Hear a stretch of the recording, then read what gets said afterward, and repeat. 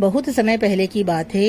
एक तपस्वी राजा अश्रुपति की पुत्री थी सावित्री। वह सुंदर, बुद्धिमान और धर्म में निष्ठावान थी।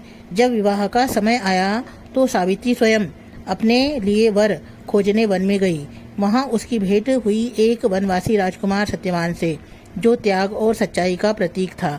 सावित्री ने जब सत्यवान को देखा तो जैसे आत्मा ने आत्मा को पहचान लिया। परंतु जब उसने अपने पिता को यह बात बताया तो ऋषियों ने चेतावनी दी, सत्यवान 1 वर्ष में मृत्यु को प्राप्त होगा।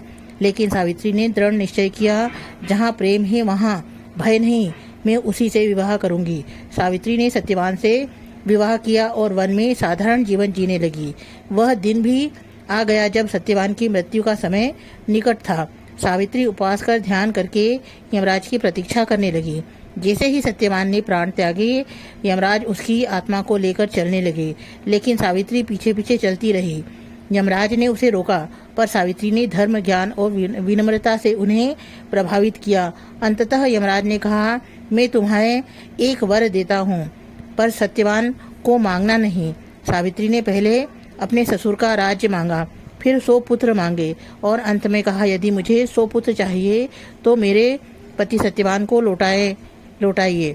यमराज मुस्कुराए। सावित्री की भक्ति, नारी शक्ति और बुद्धिमत्ता के सामने उन्होंने हार मान ली। उन्होंने सत्यवान को जीवन दान दे दिया। यह कहानी सिर्फ प्रेम की नहीं है, यह है विश्वास, साहस और एक स्त्री की अडिग शक्ति की कहानी। सावित्री ने सिद्ध किया, सच्चा प्रेम मृत्यु से भी बड़ा होता है।